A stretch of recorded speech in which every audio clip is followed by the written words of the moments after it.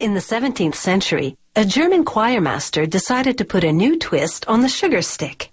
He had some bent into shepherd's crooks as a special treat for his choir, and that's believed to be how the candy cane was invented.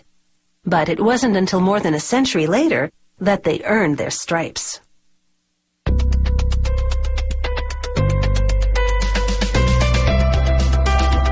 Today, candy canes come in different stripes and sizes. They start by cooking up a big batch of sugar, water, and corn syrup.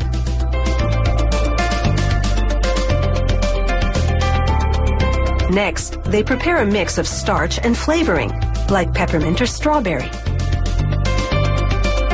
As they blend them together, the flavoring binds to the starch. They empty the flavoring mix into the middle of the syrupy slab. Then they feed the whole thing to a machine that uses shovels and a plunger to fold the batch repeatedly. This distributes the flavoring evenly.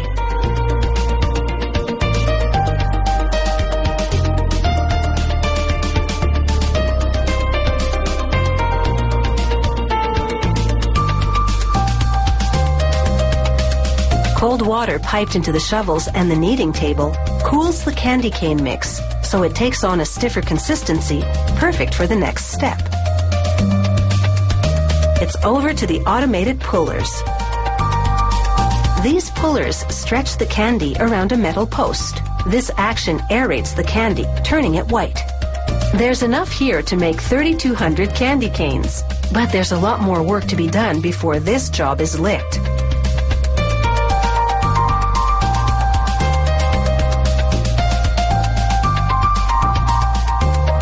They roll the candy into a fat log while heaters warm it, making it pliable enough to shape.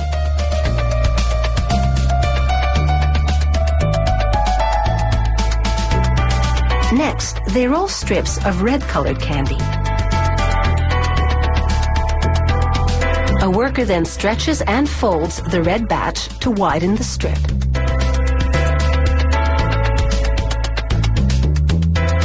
They arrange 2 of the red strips on either side of the cylindrical mound.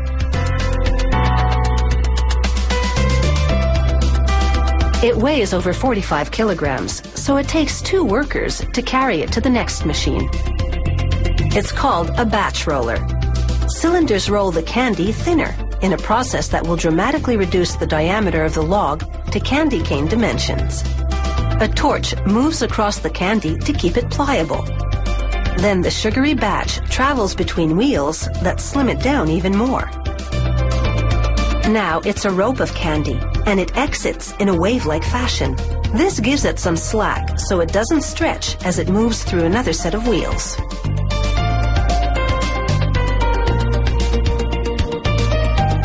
The candy rope moves through 2 angled belts that twist it, and a chain of knives cut the twisted rope to candy cane size.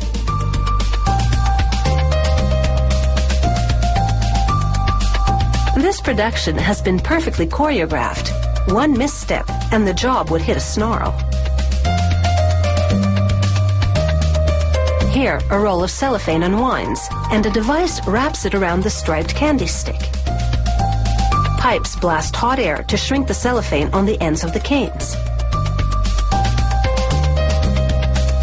Once they're wrapped, these candy sticks finally get their crooks.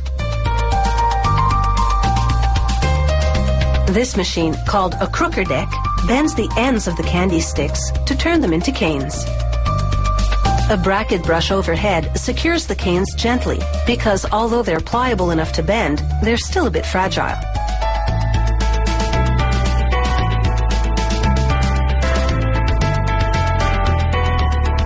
There's a camera inside this robotic arm which allows it to spot the candy canes on the conveyor belt and pick them up 2 at a time. It places them in cardboard packages, filling them up by the dozen.